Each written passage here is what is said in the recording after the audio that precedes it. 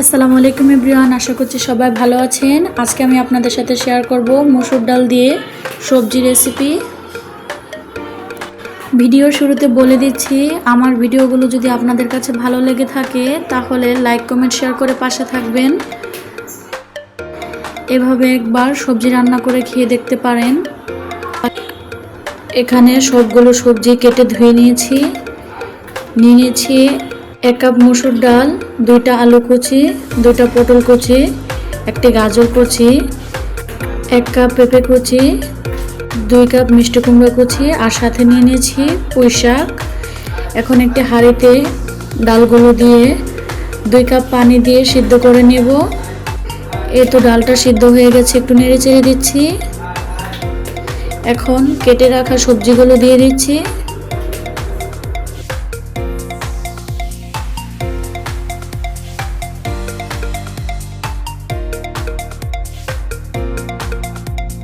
দিয়ে দিচ্ছি 1 চামচ আদা বাটা, 1 চামচ রসুন বাটা, পরিমাণ মতো লবণ, 1 চামচ হলুদের গুঁড়া, 1 চামচ মরিচের গুঁড়া, 1 চামচ ধনিয়ার গুঁড়া, 7-8টা কাঁচামরিচ দিয়ে একটু নেড়ে চেড়ে ঢাকনা দিয়ে ঢেকে দেব 10 মিনিটের জন্য।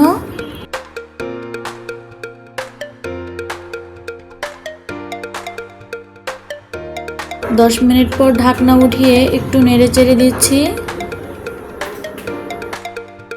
সবজিটা যখন সিদ্ধ হয়ে যাবে তখন দিয়ে দিচ্ছি পুঁই শাকগুলো দিয়ে একটু নেড়ে চেড়ে দিচ্ছি।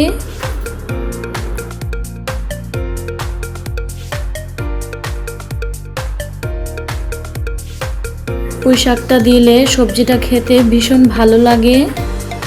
আপনারা চাইলে যে কোনো শাকই দিতে পারেন। আবার একটু নেড়ে চেড়ে দিচ্ছি।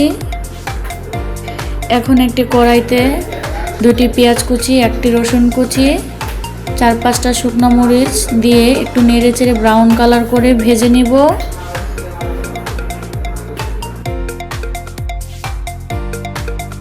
এই তো পেঁয়াজটা ব্রাউন কালার হয়ে এসেছে। এখন রান্না করে রাখা সবজির মধ্যে দিয়ে একটু নেড়ে চেড়ে মিশিয়ে নিচ্ছি।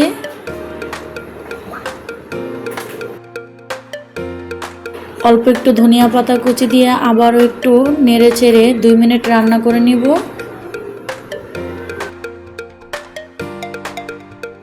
এই তো আমার সবজিটা রান্না হয়ে গেছে, এখন নামিয়ে নিচ্ছি। ভিডিওটি ভালো লাগলে লাইক কমেন্ট শেয়ার করে পাশে থাকবেন। আল্লাহ হাফেজ।